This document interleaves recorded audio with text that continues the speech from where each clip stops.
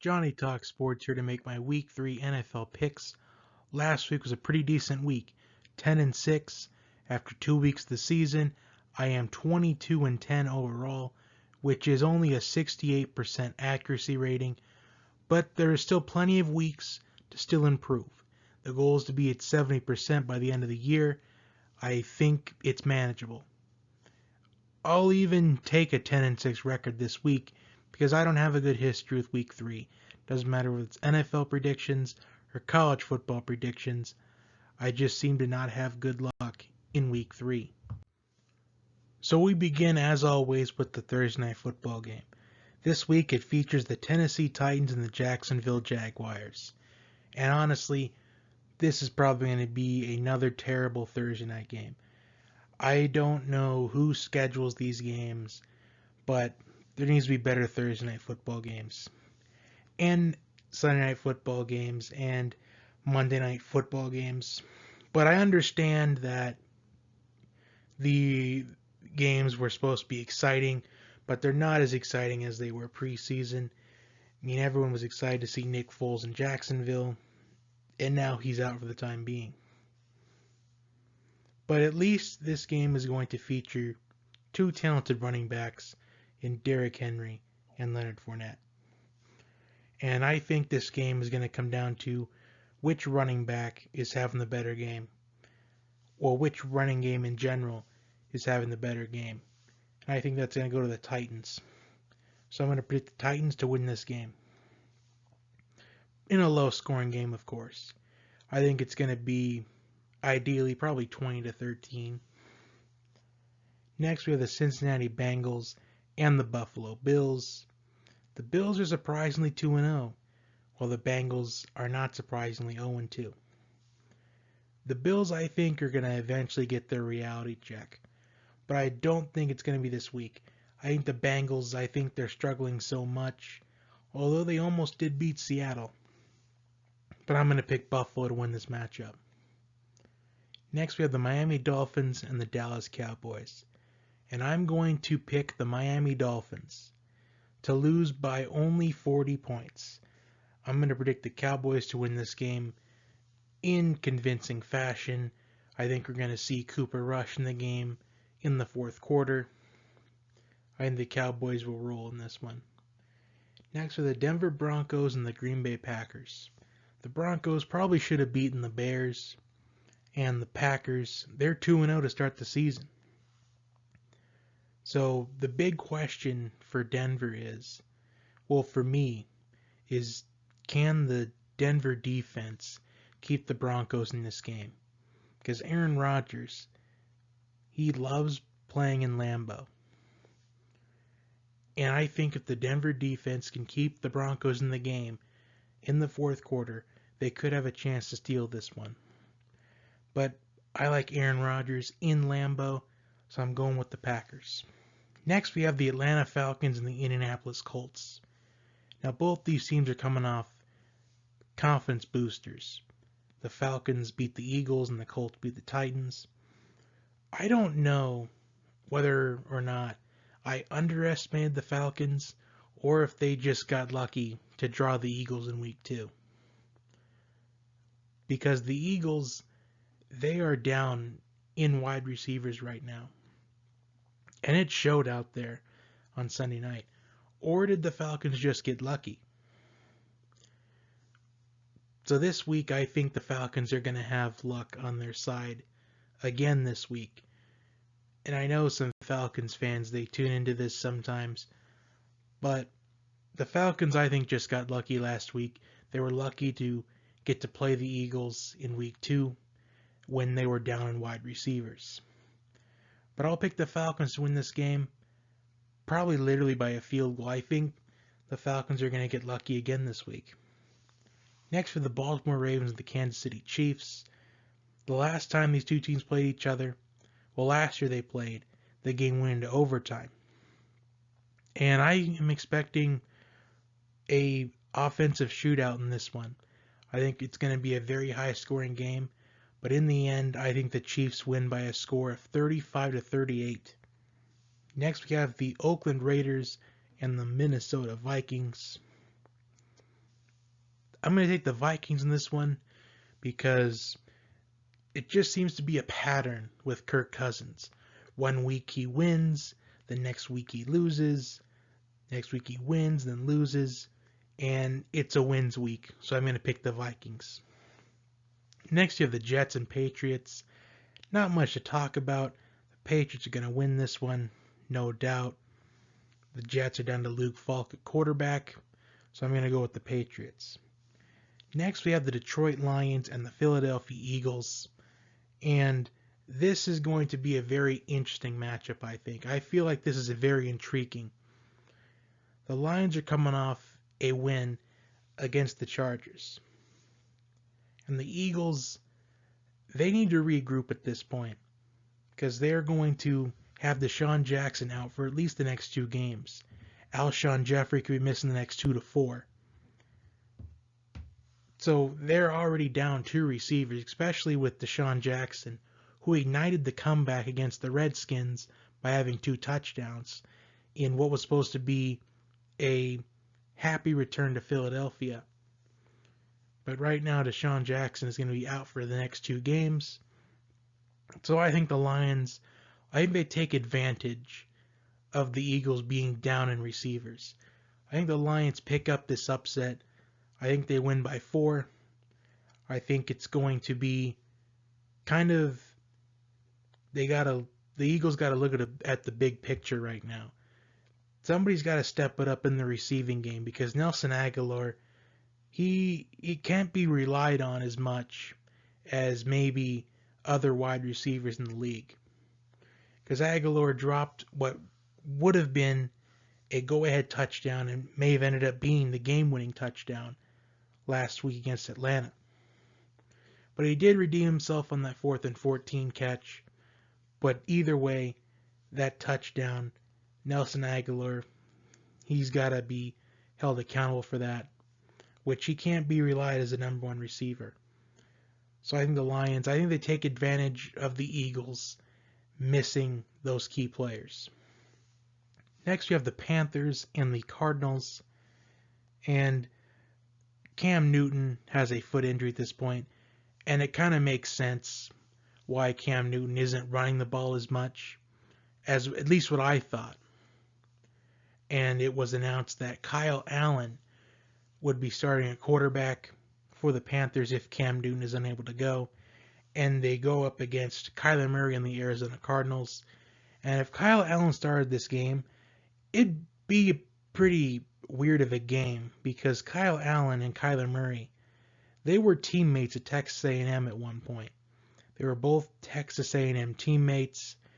Kyle Allen was the starter over Kyler Murray, but eventually both of them transferred. Kyle Allen went to Houston and Kyler Murray went to Oklahoma where he won a Heisman Trophy. So I think it'd be a pretty interesting matchup to watch these two go at it. But I'm going to pick the Cardinals in this one because Cam Newton may play, but he may not. And I don't change picks. I don't believe in that. So whoever I pick, that's who I pick. That's why I didn't switch from the Jets to the Browns, even though I should have. But I don't do that because I don't believe in changing picks. I feel like changing picks after finding out an injury happens, I think that's cowardly. But I'm going to pick the Cardinals because I'm going to bank on Cam Newton not playing this game. However, I feel like even if Cam Newton was able to play, I think the Cardinals would win anyway because the Panthers offense just, it looks like it's struggling at this point. It looks like it's 95% Christian McCaffrey, 5% DJ Moore. That's at least what it feels like. And I think the Panthers, I feel like in the long run of this season, they won't be able to rely on Christian McCaffrey as much as they are right now. So I'm going to pick the Cardinals to win this game. Next, we have the New York Giants and the Tampa Bay Buccaneers.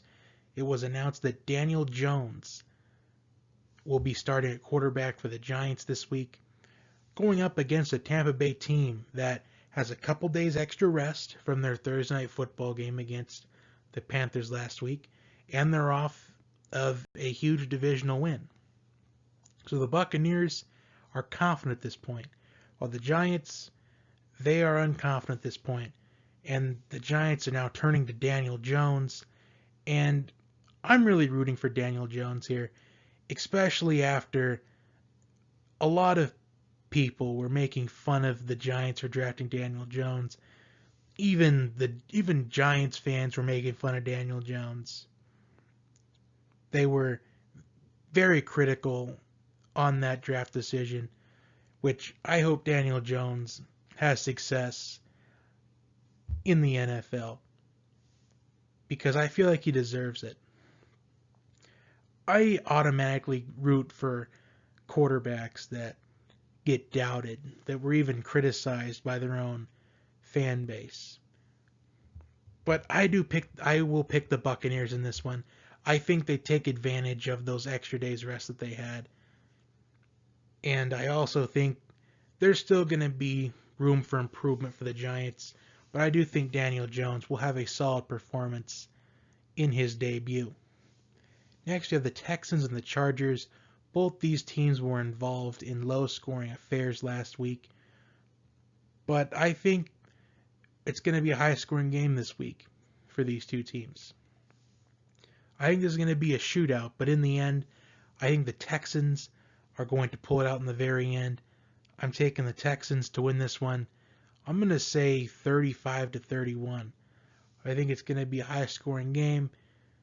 It's going to be a thrilling finish, I believe. Next, we have the Pittsburgh Steelers and the San Francisco 49ers. The Steelers have lost Ben Roethlisberger for the season, and they're turning to Mason Rudolph out of Oklahoma State. The 49ers are 2-0 to begin the season, with Jimmy Garoppolo at quarterback. Can Jimmy Garoppolo stay healthy the entire season? We'll find out. With the Steelers, things seem to be at the breaking point for the Steelers. They've been through so much in the offseason.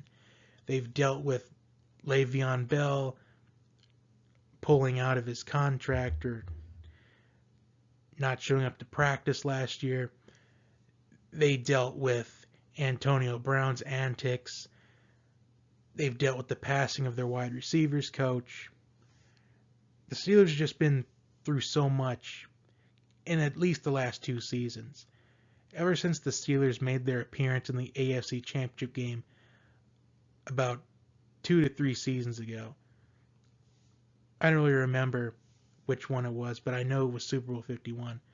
So about 2 years ago. They've just been through a lot. And I think Mason Rudolph, I'm going to pick an upset here. I think Mason Rudolph has a big performance in his debut. I think he's going to throw for at least 3 touchdowns in this game. And I'm going to pick the Steelers to pull off the upset against San Francisco. Next, we have the New Orleans Saints and the Seattle Seahawks. The Saints will be without Drew Brees for at least the next 6 weeks, so they're turning to Teddy Bridgewater. Lots of quarterbacks are missing for these teams. A lot of teams without starting quarterbacks. And the Saints are one of them. Last week, the Saints struggled with Teddy Bridgewater quarterback.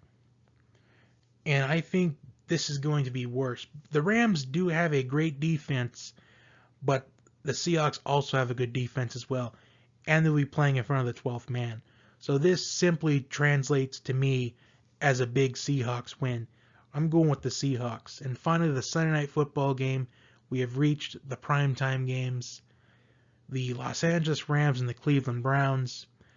We're going to get a glimpse of how good this Browns team really is this weekend against the Rams. So the Rams are going to the dog pound, and they are coming off a phenomenal win, a dominant performance against the Saints in the rematch of the NFC Championship game that involved the controversial non-pass interference call, which ignited the whole reviewing pass interference, or allowing them, which I think is completely dumb because a lot of times there's lots of contact on passing plays. It feels like nearly every single time you can call pass interference if you want.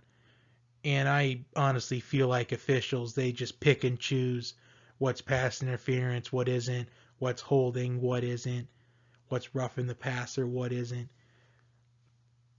I feel like there can be a penalty flag in almost every single play, but the officials just pick and choose what gets called.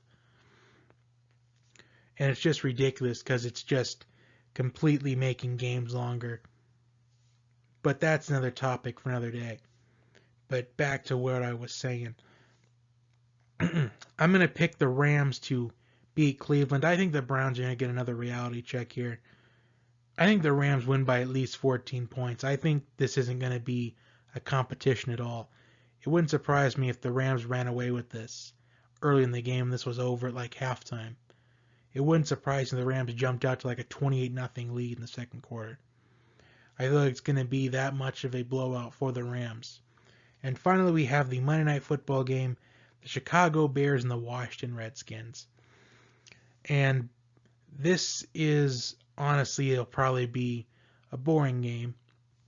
The Bears' offense is struggling to get the ball moving, while the Redskins, they had a good first half against the Eagles in Week 1. But ever since that, it's just been a struggle. But I'm going to pick the Bears to win this game because I do like that Bears defense.